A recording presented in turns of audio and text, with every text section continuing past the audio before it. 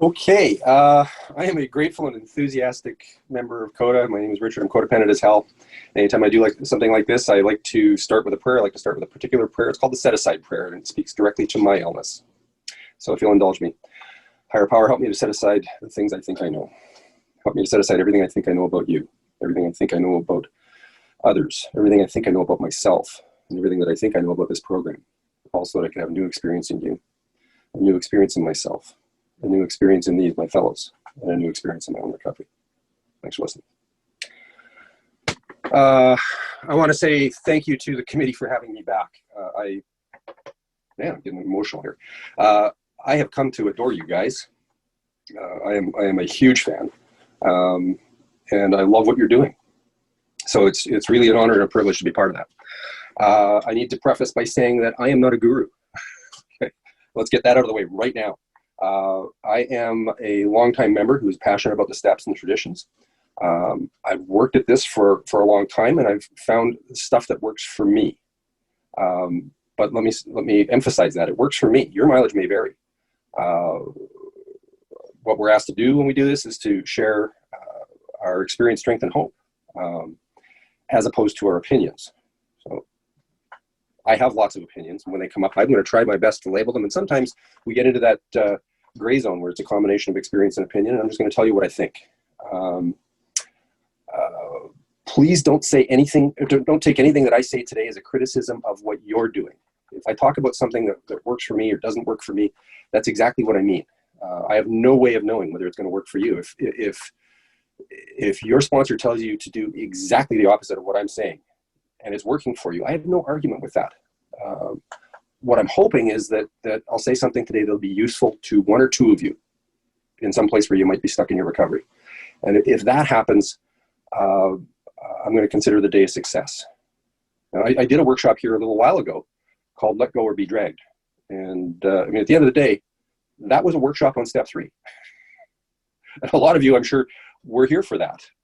So what I've tried to do today is to come up with some different ways of saying the same stuff, coming at it from a slightly different direction. And if for no other reason than in an effort to help the people who sat through it before stay awake. So let's get into that. Step 3 is, at the end of the day, it's my favorite step to talk about. Ron asked earlier about the title of the workshop, and if I was going to give it a title, it'd be the core of the program, because that's what I believe step 3 is. Let me just put up one of my very few slides here for a minute. So step 3, made a decision to turn our will and our lives over to the care of God as we understood God. I've talked here before about almost from my first meeting, trying to approach this as a student of the program, trying to understand the moving pieces and how they fit together. Some of that early on was because I'm codependent. I want to try to control things, and deep down inside, there's this conviction that if I understand it, maybe I can control it. But at the end of the day, what it's done is it's helped me achieve an understanding that's useful for me in how the pieces fit together and how I can work the program effectively for me. So one of the things that's important, I think, for someone like me is to look at the history. I think they're very clear about it in our blue book, that the really important stuff that we have here, we got from Alcoholics Anonymous. And if we look back at the early days of Alcoholics Anonymous, when they were first writing that big blue book that they use over in that fellowship, the way that process worked was that Bill W., one of the co-founders of AA, would sit and write a chapter. He'd draft the manuscript for the next chapter, and then he would have that mimeographed, because they didn't have photocopiers in those days, and distribute copies of it to the members of this fledgling organization in New York and Akron. And he would get feedback and do rewrites and distribute new drafts until they got to some kind of a consensus, and they'd move on to the next chapter. And he got to the point where it was time to write chapter 5, labeled How It Works, and to lay out this program of recovery that they were talking about. Now, those early members of AA, before it even had the name Alcoholics Anonymous, I don't know how many of you are aware, they got their name from the book. The book hadn't been written yet, so they were, at that point, they were just the drunks in the Oxford groups. They referred to themselves as the drunk squad. But But what they had was a 6-step program for getting in touch with God. It came out of the Oxford groups. The Oxford groups were a popular evangelical movement early in the 20th century. They were dedicated to the idea of first century Christianity, and before all the pomp and property and all that other stuff complicated their faith. And so they had this 6-step program, and Bill decided he needed to expand that to kind of close off some of the loopholes, and he came up with these 12 steps. And then he distributed those to the members. And I want to show you what it was that he sent.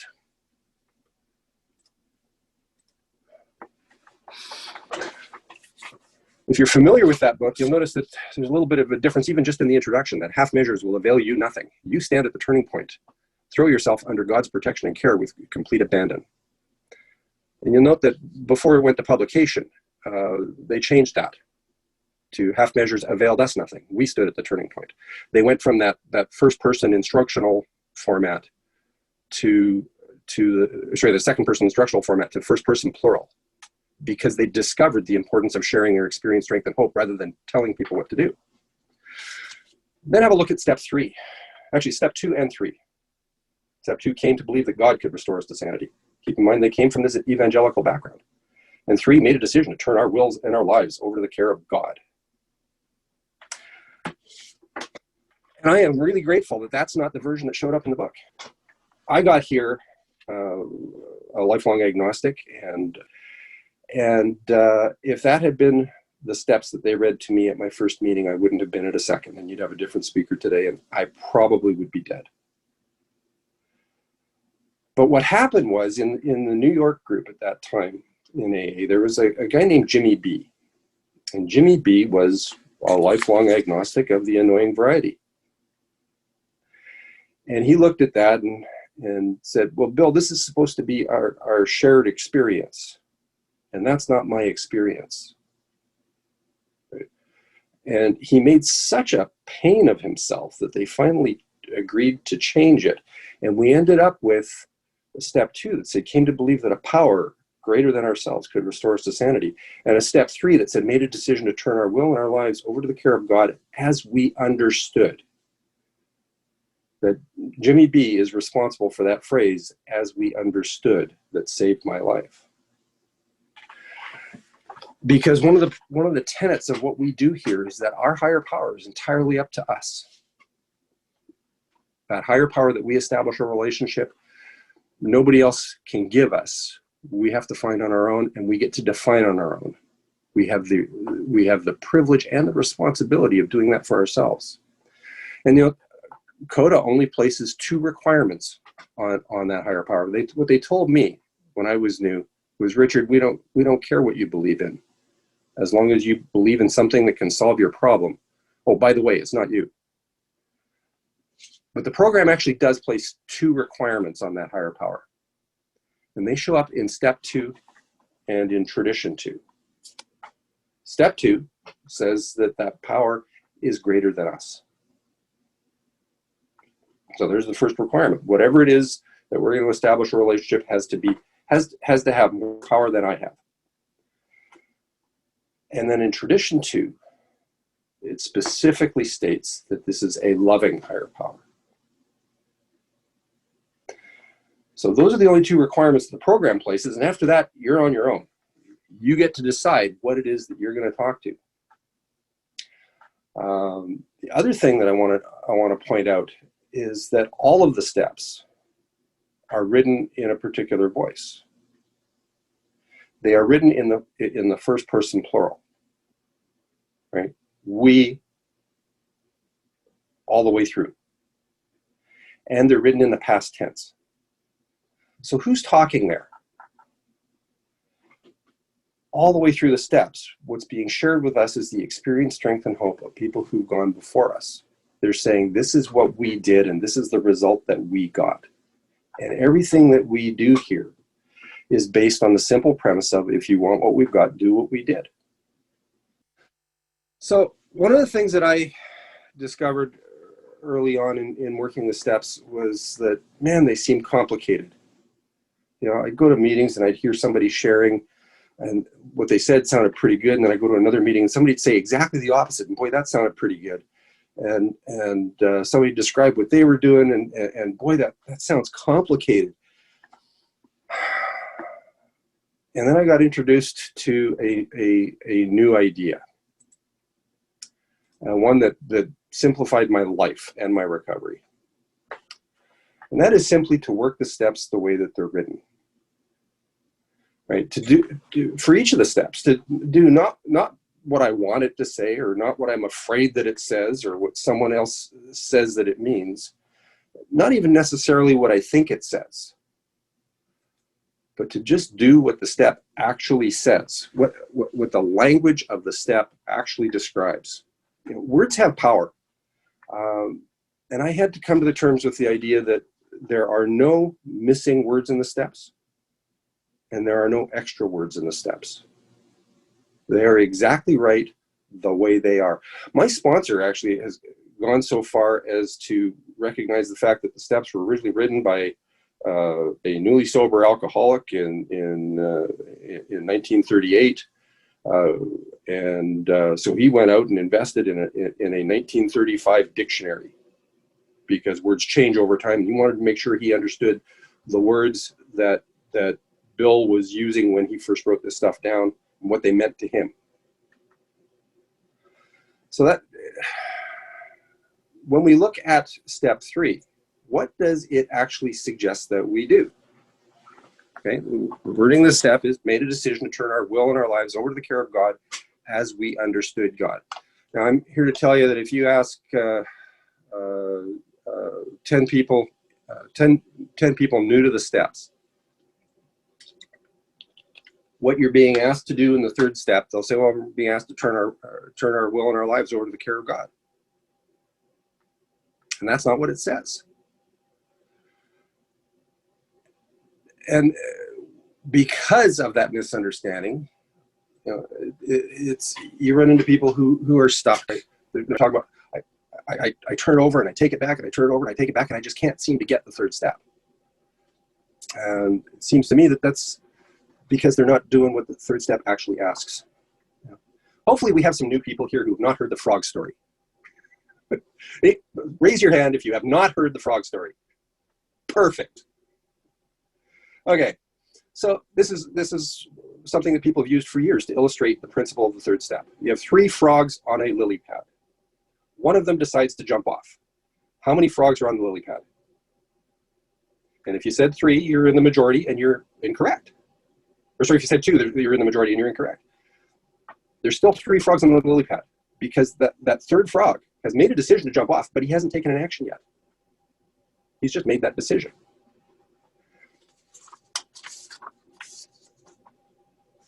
And there's a really important reason that we're not asked to turn our will and our life over in step 3. We're just asked to decide that it's a good thing. The reason is that we don't know how.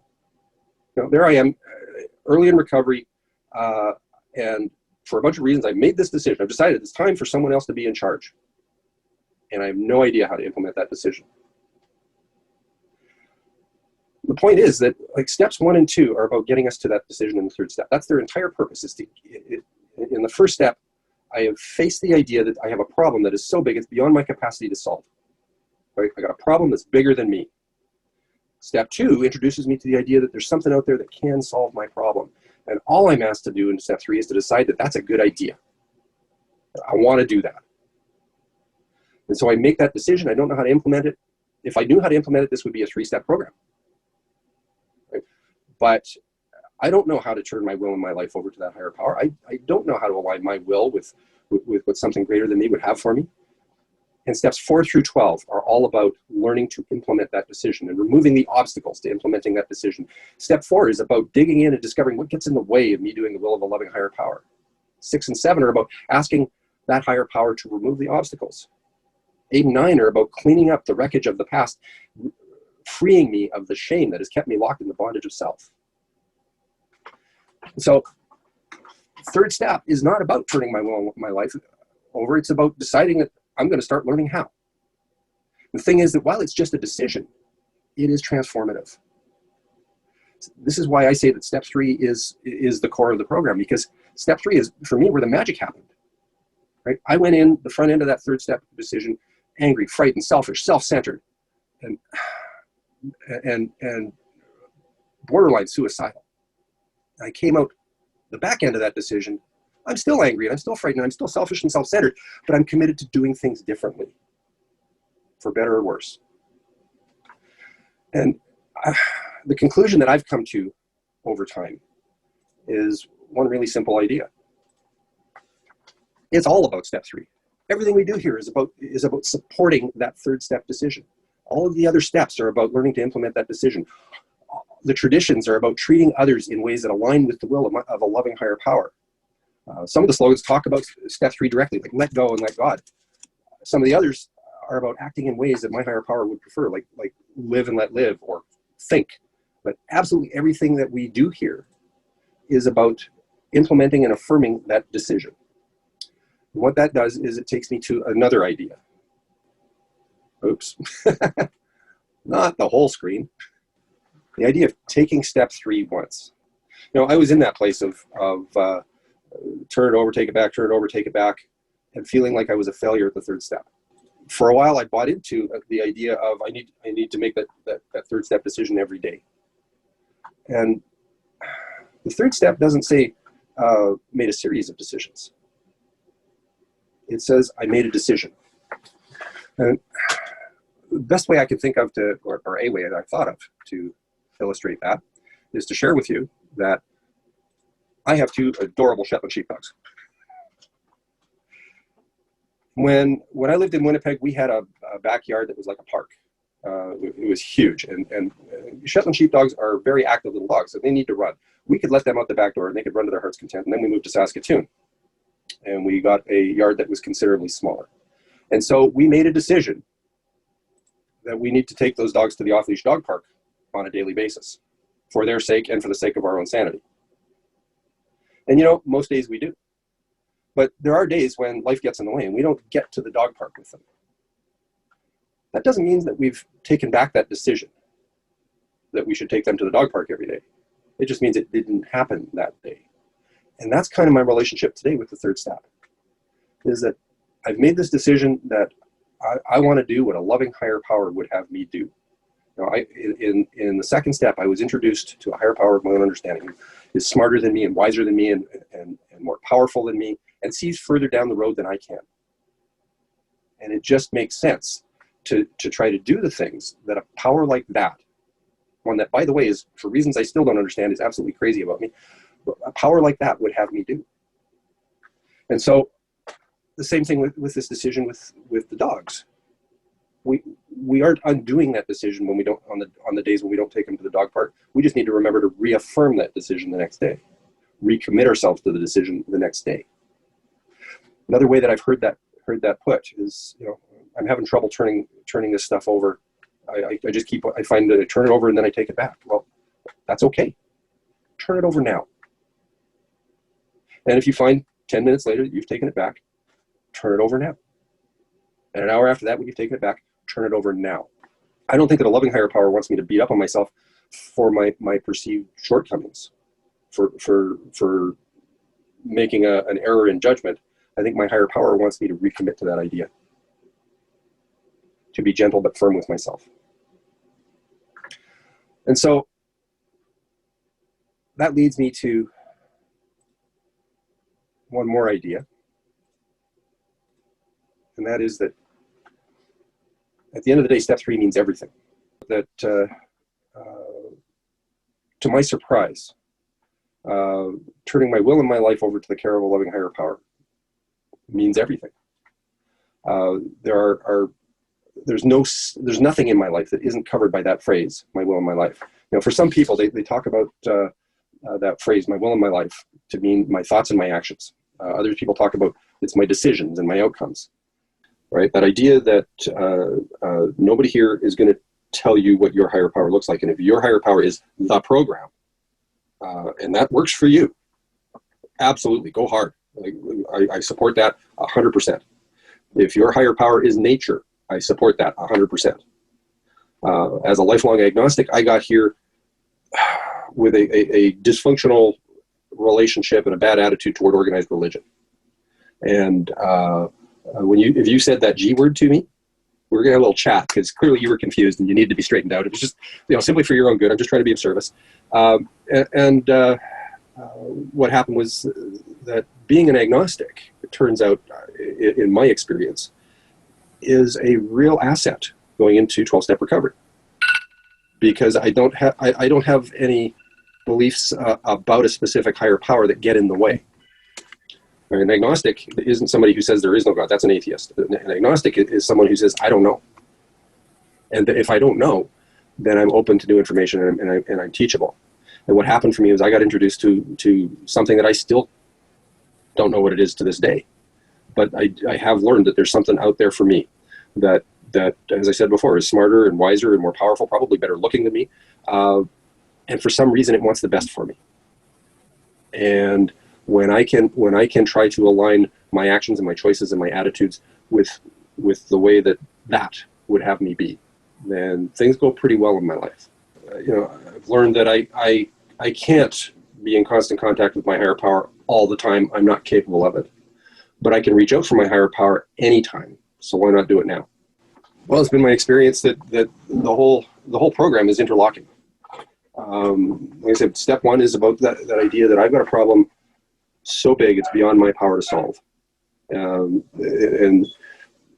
Step two says that there's something out there that can solve my problem. And you know what? When I'm in the midst of step two, I need step two to be true. If step one is true, then I need step two to be true, or I'm screwed. That's the nature of that situation. And so, having come face to face with something that can solve my problem, step three becomes a no-brainer for me. Right? My best thinking, me running my life, making every decision as best I could, got me a nervous breakdown in 12-step meetings.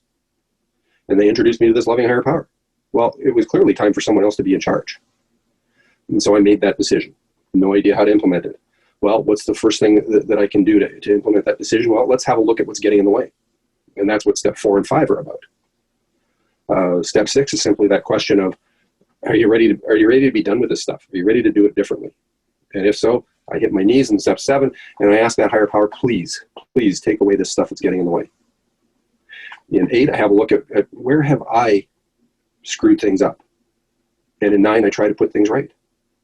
Step 10 becomes the insurance policy step. It's a step that I go through my day looking over Ritchard's shoulder, keeping an eye on him because he's shifty, watching for selfishness, self-centeredness, dishonesty to crop up through the day, and taking corrective action, doing something differently. 11 is about trying to deepen that connection. And 12 is the payoff. 12 is that moment where, having had a spiritual awakening as a result of doing this stuff, I am so excited and so grateful and so jazzed about it that I can't help but want to go and share that message with somebody else, to share what I've been given. And by the way, to take the benefits that I've gained and apply them in every area of my life. How can you tell that someone's actually made a decision? They've taken an action. So with the guys that I sponsor, they get tired of me asking them, what step are you on? Because with the point that they've completed the terms of a given step, okay, that means those terms, what step are you on? And they'll talk about we'll move on to the next step. So if somebody has had a look at their behavior patterns and the results in their life and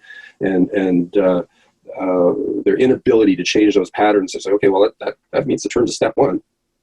Move on to step 2. In step 2, okay, have you come to believe that there's something out there that can solve your problem? And they say, yes. Okay, well, what step are you on? We're on step 3. Well, step 3 is a decision. Have you decided that's a good idea to turn your will and your life over to care of a loving higher power? And if they say yes, so, well, you met the terms of step 3. What step are you on? And we start to implement that third step decision by working step 4. My wife Karen and I have an exercise that we often put sponsees through. We both went through it when we were new. And that is to write a job description for your higher power.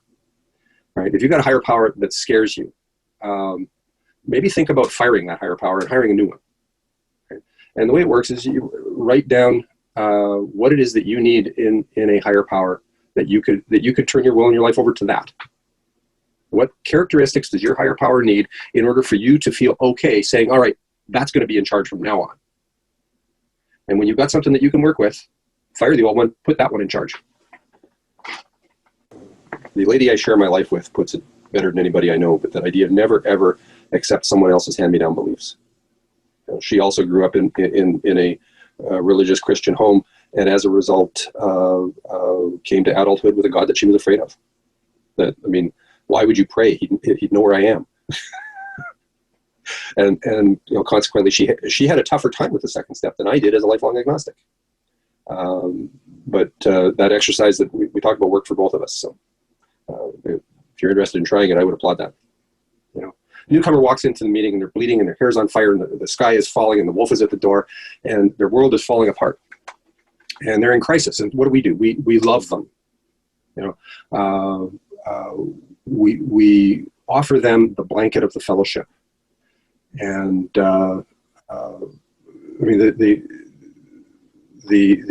newcomer shows up because they can't cope, and they come back because maybe they can learn to cope. So that's why they come back. But then they come back and they stay a while and they begin working the steps, and they come back to heal. Once they've worked through the steps and they've done that healing, why would they come back? Why would somebody, if I don't get sick of it all and tell you guys to screw off before the first Monday after Mother's Day, I'll be here 18 years. Why would I bother coming back? Well, the reason I keep coming back is because the longer I'm here, the more I grow. And the main place that I grow is by having the privilege of walking through this with someone else. Sponsorship has provided me with far more growth than I ever knew was available to me. And so when I take a guy through the steps, after the fifth step, I start prepping him for sponsorship. I encourage them to start making themselves available as a temporary sponsor to a newcomer, at least take them through the first 3 steps. And then, work your ass off to stay ahead of them. And that's my best idea on a second run through the steps is walk through it with someone else. Show them the way. And you'll learn more about the steps. You'll have more growth coming out of that than you ever could have just re-examining your life on your own. So for what that's worth. And that is about 80% opinion, about 20% experience. Let's say way back in the old days that situation of is my wife going to decide to leave me? Right. And I'm having that conversation with my higher power. Higher power, please take care. Her attitudes and her behaviors and her decisions and her choices, I can't handle her. I place her in your hands. And I'll get 2 minutes worth of relief. Maybe on a good day, 5 minutes of relief. But 5 minutes later, the obsession is back. Now I have 2 choices at that point. I can do it again, or I can beat up on me for being a failure. And what I've learned here is that that's just human nature. That's the nature of being a codependent in recovery. It's going to happen. And it does not help for me to beat up Ritchard. And so, what I said before, turn it over now. And when it comes back, turn it over now. What happens for me when I go through that process is that inevitably, it may be the 10th repetition, it may be the 50th, it may be the 1000th, but eventually I will get to that point where I will turn it over and it'll stay. And I'll feel the weight come off my shoulder and I'll be able to walk around a free man. So that's my experience with that, is that if I just keep turning it over now, sooner or later I get to the point where I actually turn it over. All those other times were lip service. I mean, I meant it, but I didn't really have it. But I'll get to the point where I actually have it if I just keep reaffirming that decision. And here's my experience with the 7th step. 7th step says, humbly ask God to remove our shortcomings. Nowhere in that step does it say he's going to remove them now. My experience is that I pray that prayer and some stuff gets removed immediately. I had lifelong crippling stage fright. No possible way that I could do this.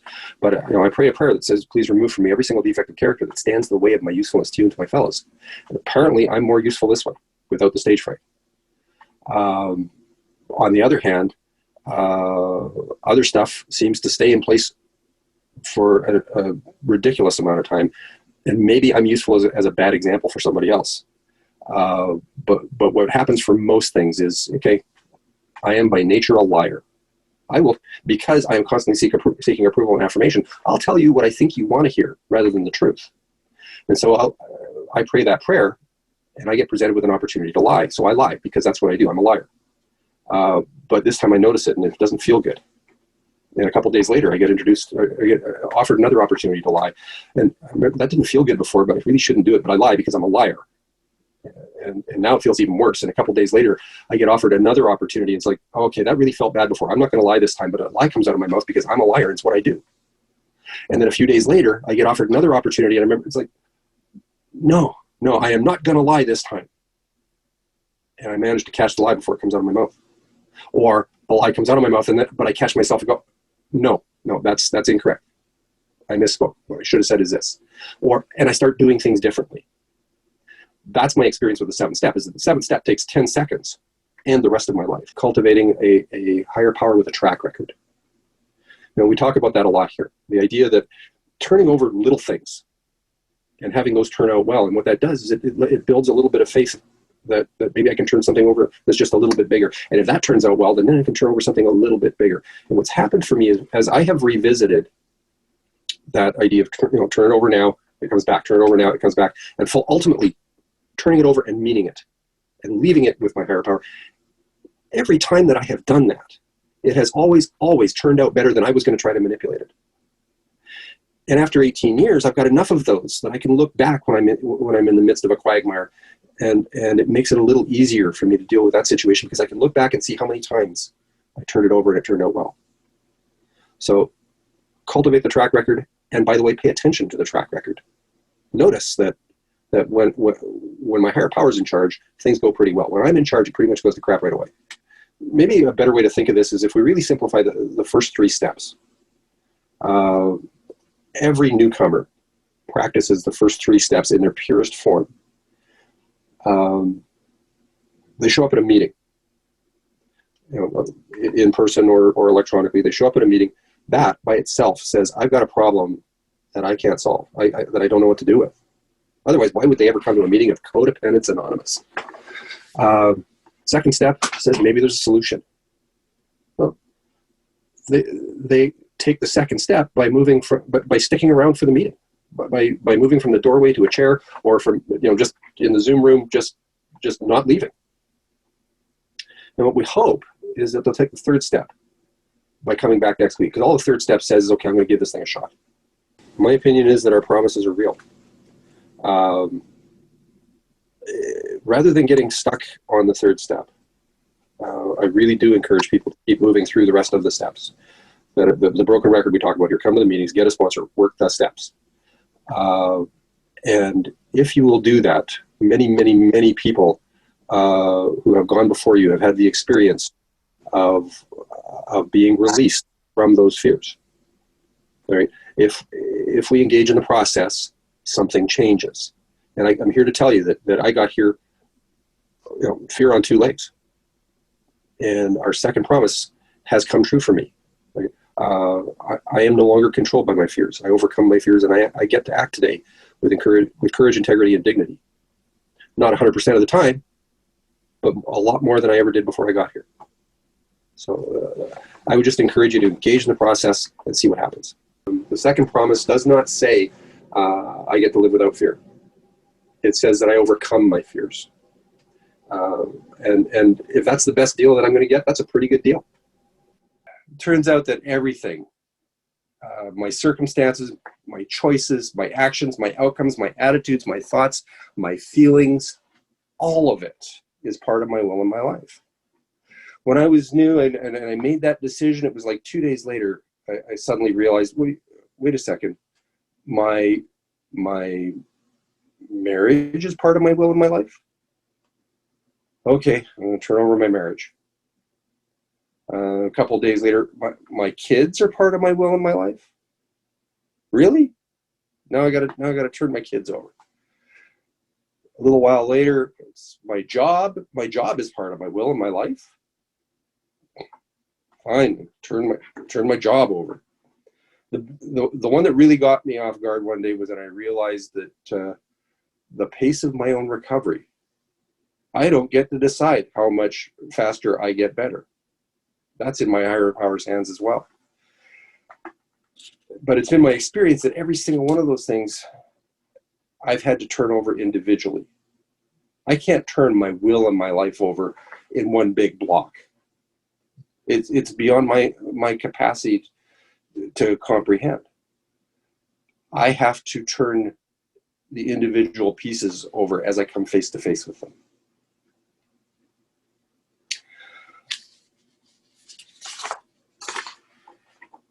That is the bulk of what I have to offer you today. But I am going to close with a story. It's I as part of my recovery, I like to make these little visualizations that come in useful to me. And this is the one that I've adopted for the third step. It works for me. Maybe you'll find it useful. So my higher power is walking down the street one day, and he runs into an old friend. He says, "Hey, how are you? I haven't seen you in eons. It's good to see you. Hey, I want to show you something." And he reaches into his pocket and he pulls out his wallet, and out of his wallet he unfolds one of those photo folders. Dozens and dozens of photos, and it's all pictures of me. He says, "Hey, you see this? This is Richard. This is my favorite kid. I love this kid so much. He's just such a joy." Sometimes he does some of the oddest choices and hurts himself in ways that make me cry to watch. But I love this kid so much. And what I've learned is that no matter what I do in recovery, no matter what choices I'm faced with, if I can visualize that, if I can make the choice that I think would put a smile on that face, things turn out pretty well. And that's my relationship with the third step.